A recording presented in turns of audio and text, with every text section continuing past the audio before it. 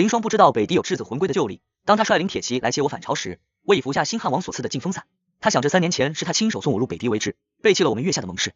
这次他要亲自接我归家，往后余生皆有岁月可以偿还。我望着烟尘滚滚的来路，强压喉间翻涌的血气，轻声问车员外的他：林将军，铁衣关还有多远？车舆在官道上颠簸，3年光阴将林霜眉宇间最后那点少年意气压成了沉沉的官威。回二殿下，他微微侧手，声音隔着锦帘传来：照此脚程，今日有时前必能抵达铁衣关。铁衣关，大梁北疆的第一道城门，也会是我此生能踏足的最后一片故土。初至北狄时，言语不通，习俗相悖，饮食粗粝难咽。最初那几个月，我几乎夜夜睁眼到天明。那些北狄贵族视我如异类，明里暗里的折辱从未停歇。依北狄旧例，被当作祭品献与神明的质子魂魄便永属北狄荒原。故而当大梁请求接还的国书抵达时，新继位的汉王便遣人送来一瓶毒药，说是与我的恩典。男人体弱，献祭过程漫长苦楚，殿下既执意难归，本汉便成全你。服下此药，12个时辰内无知无觉而终，足够你死在故国的疆土上，不必埋骨异乡，也算全了你我之间的一点旧义。我接了。比起死在北狄，葬在那片我从未归属过的土地上，我宁愿用这最后一日换一个魂归故里的名分，哪怕故里早已无等我之人。腹中隐约的绞痛开始蔓延，我咬紧牙关，将永至喉间的腥甜咽回。殿下可是不是？林霜的声音再次响起，我微应声。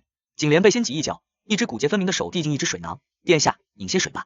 四目相对，他眼中迅速掠过一丝难辨的情绪。殿下在北狄受苦了。我垂眸，都过去了。没有过去。林霜的声音陡然急促。阿关，我知道你恨我，这3载我没有一日不悔当初抉择。此番我来，便是要带你回家，好好偿还你。我是大梁皇子，您是朝廷命官。我截断他的话，君臣有别，林将军慎言。林霜的脸色白了一分，我继续开口，声音因忍痛而低哑，烦请加快行程吧。我想早些看见铁衣关的城楼，早些死在自己的疆域里。林霜凝视我片刻，眉头机不可察的蹙起。殿下气色似乎不佳，不如稍作歇息。不必，我再次打断他，语气决绝。我说了，加速。他沉默一瞬，最终抱拳，臣遵命。车舆果然快了起来，颠簸加剧，腹中的绞痛也随之鲜明。我放下锦帘，蜷缩在铺着厚毡的角落，冷汗渐渐浸透里衣。3年前也是在这条路上，方向却是相反。16岁那年，父皇为安抚北狄，欲从皇子中择一人封为安北使，送往北狄为质。风声漏出，朝野震动。彼时林霜早已凭女子之身官至兵部侍郎，我与他少年同窗，父皇亦有心为我们赐下婚约，只待择吉日成礼。直至那日，林霜在前院殿外跪了整整2个时辰，愿以3载镇守北疆为代价，求父皇改换质子人选。他说云兰体弱，若赴北狄必不能活，恳请陛下将婚约改定云兰殿下。林霜愿保他一世安稳。他说阿关殿下坚韧，即便前往北狄为质，亦能周全自身，待我大破北狄铁骑，必设法接他还朝。他说届时林霜自挺霍夷，重新侍奉阿关殿下。父皇沉默良久，最终应了。于是林霜成了谢云兰未过门的妻子，而我成了安北使，踏上了前往北狄的车舆。大梁使团返程前1日，林霜来寻我，他递给我一只锦盒，那里是一枚青玉珏，刻着细密的梅花。阿关，等我。他眼中是掩不住的愧痛。待我大破北狄铁骑，必接你回来，此生我只愿嫁你。我当着他的面将玉珏掷在地上，碎成3片。林将军，死后尘归尘，路归路。这是我对他说的最后一句话。殿下，请用些茶点吧。一道温软的声音将我拽出冰冷的回忆。锦帘被一只修长的手撩起，谢云兰端着棋盘，含笑探身进来。兄长怎会在此？我自是来侍奉弟弟的呀。谢云兰笑着，眼中却无笑意。弟弟在北狄受了3载苦楚，我这个做兄长的自然该尽些心意。不必，我冷声道，我有仆役。那些下人粗手笨脚，哪比得上兄弟贴心？车舆内空间本就不宽裕，他这一进来更显逼仄。他在我对面坐下，目光毫不遮掩的在我身上寻梭。弟弟瘦了，他叹息道，也糙了。北狄的风沙果然磨人。我没有接话，他也不在意，自顾自的继续。不过弟弟能活着回来，已是万幸。我听闻北狄的老汉王性情暴戾，男女不忌，只在他手上的人没有上千也有数百。云兰殿下，林霜在外唤他，少说些，莫扰阿关殿下静养。我没有扰弟弟啊。谢云兰回头扬声，我只是陪弟弟说话，解解闷。他的视线落在我手上，弟弟这双手在北狄是做惯粗活的吧？瞧这茧子比府里浆起的婆子还厚。他伸出自己白皙纤细的手，轻轻附在我的手背上。不像我，双姐和父皇都说我的手是用来抚琴作画的，不是做粗活的。我抽回手，淡淡道，兄长好福气。是啊，他笑得更甜了。双姐待我极好，此番来接弟弟，他本不让我跟来，说路途艰苦，可毕竟双姐如今有了身孕，我放心不下，非要跟来，他拗不过我，只好应了。是吗？我听见自己的声音，恭喜。他眼中闪过一丝的色，双姐可欢喜了，说若是男孩就叫成业，若是女孩就叫念宁。我的呼吸骤然一滞，林霜曾经说过，若我们有了女儿就叫念宁，愿她一生安宁顺遂，无灾无解。云兰，林霜的声音陡然响起，带着一丝不易察觉的慌乱。他一把掀开锦帘，出来，让阿关殿下歇息。双姐，出来。谢云兰撇了撇嘴，不情不愿地下了车。阿关，他艰涩的开口，原来他年纪小，不懂事，你别与他计较。这3载你过得可好？我笑了笑，林将军觉得呢？他哑然，你知道吗？在北狄的第1年冬，我差点死了。他的瞳孔骤然收缩，那年雪特别大，老汉王的宠妃诬我窃了他的一枚金戒，按北狄规矩，窃物者要断取食指。老汉王信了。行刑前夜，我被关在雪牢里，真冷啊！我轻声说，冷到后来反觉得烫了。我想就这么死了也罢。可是第二日，老汉王改了主意，他说大梁皇子若在北地残了，不好交代。于是我只挨了20鞭，在榻上躺了月余。凌霜的脸色变了，为何不写信告诉我？告诉你什么？我问。告诉你我在北地过得不好，求你来救我。凌霜，送我去北地的那个人是你。他像是被狠狠乖了一掌，踉跄着后退半步。我知道他的声音嘶哑，我知道是我害了你，所以这3载我拼命往上攀，我主动请缨镇守北疆，立下军功，终于有了足够的话语权。我上书陛下9次，求他接你回来，陛下终于松口，条件是我要彻底平定北疆之患。所以新汉王帝降表的第一时间，我便请旨来接你。他急切地看着我，眼中满是希冀。阿关，给我一个机会，让我偿还你，好不好？我没有回答，合上了双眼。该启程了，林将军。本殿要在日落前看见铁衣关的城楼。车舆继续前行，我强撑着不让自己昏睡过去。颈帘再次被掀开，这次是凌霜，他端着一碗热气腾腾的羹，坐在了我对面。阿关，用些羹汤吧。他的声音柔和下来，带着3载前我曾熟悉的温存。我让人熬了1米羹，加了莲子与桂圆，最是暖胃。我不饿，你从清晨至今粒米未进。他坚持道，即便恨我，也别拿自己的身子赌气。我忽然觉得可笑，他到如今还以为我只是在怄气。林将军，我睁开眼，直视他，你真觉得我只是在同你闹性子吗？他怔住，腹中的绞痛又加重了。我攥紧了身下的毡毯。凌霜，我轻声开口，我恨过你，恨了整整3载，但如今我不恨了，恨一个人太耗心神。我继续说，而你已经不值得了。凌霜的眼中浮起痛色，我知道，他低声说，我都知道，所以我才更要偿还你。阿关，等回了京，我便会向陛下请旨和离，并嫁你为夫，将一切拨乱反正。我不需要。我说，你需要。他突然激动起来，你明明知我心里只有你，你的心里可以同时装2个人，可以为了一个牺牲另一个。我看着他反驳，凌霜，你的心意太轻贱了。所以林将军，我继续道，收起你的偿还吧，我不需要，也不想要。他看着我，忽然俯身将我紧紧拥入怀中。不是这样的，阿关，你听我解释。霜姐，谢云兰的声音在外面响起，你们在做什么？他冲上车舆，看到凌霜抱着我，脸色瞬间变了。谢官，你怎能如此不知羞耻？光天化日之下，与凶器搂抱，成何体统？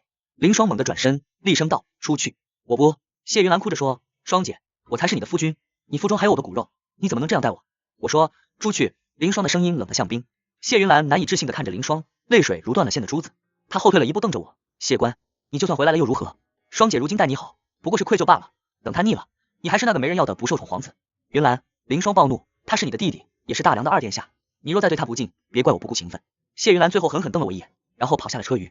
车厢内又恢复了安静。凌霜转身看我，眼中满是歉疚。阿关，他不必道歉。我疲惫地闭上眼睛，你出去吧，我想一个人待着。凌霜张了张嘴，似乎还想说什么，但见我面色苍白，最终却一个字也没说出来。我就在外面，有事唤我。他下了车，颈帘落下，隔绝了外面的天地。我蜷缩在角落里，终于不用再压抑，任由疼痛席卷全身。阿关，恍惚中，我听见有人在唤我，是母妃吗？还是谁？分不清了。再撑一会儿，那个声音说，就快到了。是啊，就快到了。我能感觉到铁衣关越来越近了。殿下，铁衣关到了。车外传来凌霜的声音，将我拉回现实。可我已经连掀开颈帘的力气都没有了。车队通过铁衣关的城门时，守关将士齐齐跪拜，恭迎2殿下还朝。腹中的疼痛在这一刻达到了顶点，我猛地捂住嘴，一股腥甜涌上喉咙，从唇角溢出，意识逐渐涣散，我再无知觉。醒来时，我已躺在铁衣关驿馆的床榻上，凌霜坐在床边，正用湿帕子擦拭我的额头。醒了，他的声音里带着显而易见的疲惫。你昏厥了3个时辰。我想坐起来，却发现浑身无力。别动。他按住我。大夫说你急火攻心，需静养。急火攻心，我心中冷笑，却也没拆穿。我忽然开口，我有话要问你。你问，当年你跪求父皇改换质子人选时，可曾想过我在北狄会遭遇什么？我想过。他的声音干涩，但我告诉自己，你是谢官，你一定能撑过去。而云兰不同，她自小体弱，若去了北狄，必死无疑，所以你就选择舍弃我。我笑了，笑声里满是讽刺。凌霜，你可真会替人着想。不是舍弃，他激动道，是权衡。阿关，那时的我没有选择，陛下已经下旨，只从你们2个母族不显的皇子中选。我可以去。我盯着他，我从未说过我不去，但云兰她，谢云兰是你什么人？我打断他，他是我的兄长，却不是你凌霜的责任。可他现在是我的夫君。凌霜脱口而出，话一出口，他自己先愣住了。房间里一片死寂。是啊，我轻声说，现在他才是你的夫君。凌霜张了张嘴，却发不出任何声音。我明白了。我闭上眼睛，你出去吧。阿关，出去。脚步声远去，门被轻轻合上。我睁开眼睛，看着头顶的帐幔，泪水无声滑落。原来在我和谢云兰之间，他从未犹豫过。从一开始，我就是被放弃的那个。腹中的疼痛又开始了，比之前更剧烈。我蜷缩起身子，咬住嘴唇，不让自己发出声音。也好，就这样吧。死在归家的路上，总比死在北狄好。死在知晓真相后，总比一直活在幻梦里好。我以为我会死，可当我再次睁开眼时，看到的不是阴曹地府，而是一间简陋的竹屋。你醒了。一个熟悉的声音响起。我转过头，看到了一张北狄女子的脸。你是谁？我艰难的开口，嗓子干得发疼。这是哪里？我没死。这是铁翼关外20里的一处村落。女子端来一碗水，小心的扶我起身。我是汉王安排来的侍女阿兰，你没死。汉王那日给你服下的不是禁风散，是归西丹。归西丹，我怔住了。阿兰点头。汉王还记得你出至北狄时救过他的事，这是他的报偿。我隐约想起我刚到北狄的时候，确实遇到了一个面目不惊的受伤少年，他求我不要声张，我就将他藏在废弃的毡房里，引开了搜寻他的人。汉王一直记着这份恩情。阿兰说，他知道你想回大梁，但若你活着回去，只会再次成为权柄下的筹码，所以他安排了假死，让我再次接应你。从今往后，你再也不是大梁皇子谢官了。那我现在是谁？你是望尘。阿兰将一个包裹递给我，这里面有新的身份文书和一些银钱。往南走，去云州，那里没人认得你，你可以重新开始活。我接过包裹，心中五味杂陈。凌霜呢？他以为我死了吗？阿兰的神色有些复杂。林将军亲眼看着你在铁衣关断气，抱着你的尸身在城门口坐了一整夜，最后亲自为你入殓，护送你回京。我沉默了，却没有再多说什么。谢谢你，阿兰。我轻声道，也请替我谢谢汉王。阿兰摇头，不必谢。汉王说，或许北狄带给你的记忆并不美好，但若在大梁过不下去了，随时可以回来。我笑了笑，应允了。阿兰给我的银钱足够我安身立命，而我在北狄那3载磨练的画技，竟成了我谋生的本事。日子平静如水，我几乎要忘记过去的伤痛。直到那日，官衙派人来传话，说京中有贵客要来云州，点名要我为贵客备一幅书画。是何贵客？我问。来传话的官差低声道，是林大将军，他奉旨南巡，下个月就到云州了。我手中的笔险些掉落。望尘公子，官差疑惑地看着我，我勉强镇定下来，不知知府大人想要什么样的书画。林将军喜爱梅花，公子就画一幅梅花图吧，要清雅大气，能配得上将军身份的。我知晓了。我低声道，1月后定当奉上。凌霜抵达云州那日，全城轰动，知府率领百官在城门口迎候，百姓挤在街道两旁，争相一睹这位平定北疆的大将军的风采。我站在书斋2楼的窗前，远远看着那支威严的队伍进城。凌霜骑在一匹黑色的骏马上，身着玄色铠甲，腰间佩剑。3载不见，他更显沉稳威严，眉宇间却多了几分沧桑。他的身边跟着一辆华丽的马车，车帘掀开一角，露出一张俊俏的脸。谢云兰怀中抱着一个孩子，正笑着对凌霜说着什么。凌霜微微侧手，脸上露出温和的笑意。望尘公子，伙计在楼下喊道，知府大人派人让你送书画了。我深吸一口气，捧着装裱好的寒梅映雪图走下楼梯。我不想去，却又觉得不该是我逼着他们。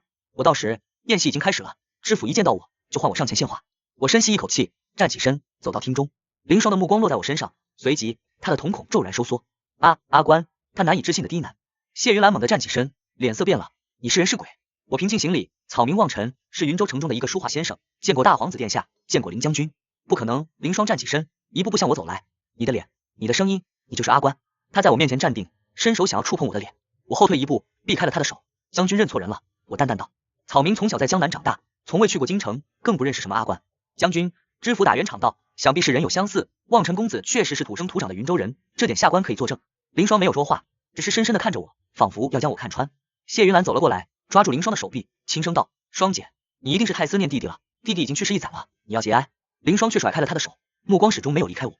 宴席不欢而散，我被请到了府衙的后堂，凌霜屏退左右，只留下我和他2个人。阿官，我知道是你。他的声音沙哑，你的眼神，你的习惯，你的一切我都记得。告诉我，到底发生了什么？你为什么还活着？又为什么会在这里？我看着眼前这个女人，心中涌起千般滋味。恨吗？恨过的。怨吗？怨过的。爱吗？早就不爱了。林将军，我缓缓开口，草民确实不是您认识的那个人。那你认得这支钗吗？他从怀中取出一支钗，正是当年我母妃入宫时便遗失的那支白玉梅簪。这是我从林平那里讨回来的。凌霜死死盯着我，我一直以为他是恩人。20年前，我随父亲出征南境，途中遇袭，重伤落水，是一个女子救了我，将我藏在岩洞里3日3夜，直到林家的人找来。他没有留下姓名，我只记住了这支钗。后来我四处寻找恩人，直到多年前，我入宫见到谢云兰的母亲佩戴着这支钗，我以为她就是我的救命恩人，所以他上前一步，握住我的肩膀。阿官，对不起，我不知道当年救我的是你母亲，我不知道云兰的母亲窃了这支钗，我以为我是在报恩，却不知我辜负的正是恩人的孩子。他的眼中满是泪水。这几载，我没有一日不再后悔。我以为你死了，我以为我永远失去你了，可现在你又出现在我面前，这是上天给我的机会。阿官，跟我回去吧，我会补偿你，我会给你一切你想要的。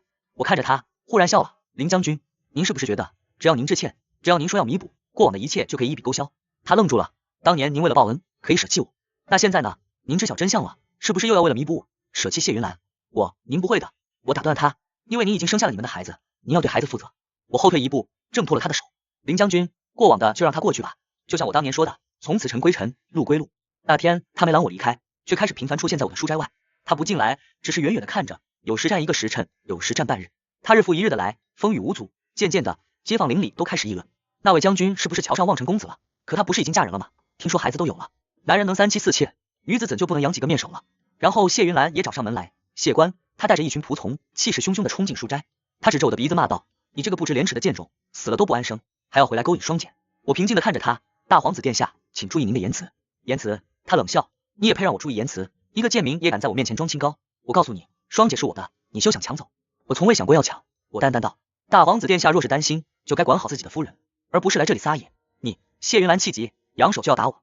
我握住他的手腕，冷冷道，大皇子殿下，这里不是京城，也不是您能撒野的地方。他挣扎着，却挣脱不开，放开我，你这个贱种，放开他！凌霜的声音在门口响起，他大步走进来，脸色铁青。谢云兰立刻换上一副委屈的表情，霜姐，他欺负我，还要打我。凌霜却没有像往常一样宽慰他，而是将他推开。云兰，我全都查清了。谢云兰的脸色瞬间变了，什么？我已经查清楚了，那夜的酒是你让人下了药。凌霜的声音冷得像冰。不是的。谢云兰慌乱的摇头，霜姐，你听我解释。还有什么好解释的？凌霜从怀中取出一叠信笺，这是你与那下药之人的往来书信。还有，你母亲当年根本没有救过我，那支差是你母亲从梅妃娘娘那里窃来的。谢云兰瘫坐在地上，面无人色。凌霜看着我，眼中满是愧疚。阿官，对不起，是我糊涂，是我对不起你。如今真相大白了，我会处置好一切。你愿意再给我一次机会吗？我看着眼前的闹剧，心中却一片荒凉。凌将军，回不去的。我摇摇头，有些事发生了就是发生了，有些人错过了就是错过了。您揭穿他是您的事，我们之间早已结束了。阿官，请回吧。我转过身，从今往后，请不要再来扰我清静。凌霜站在原地，良久，才苦涩的开口：好，我走。大阿官，我会等你，1年、10载、一辈子，我都等你。他拉着瘫软在地的谢云兰离开了书斋。3个月后，京城传来消息，凌霜休了谢云兰。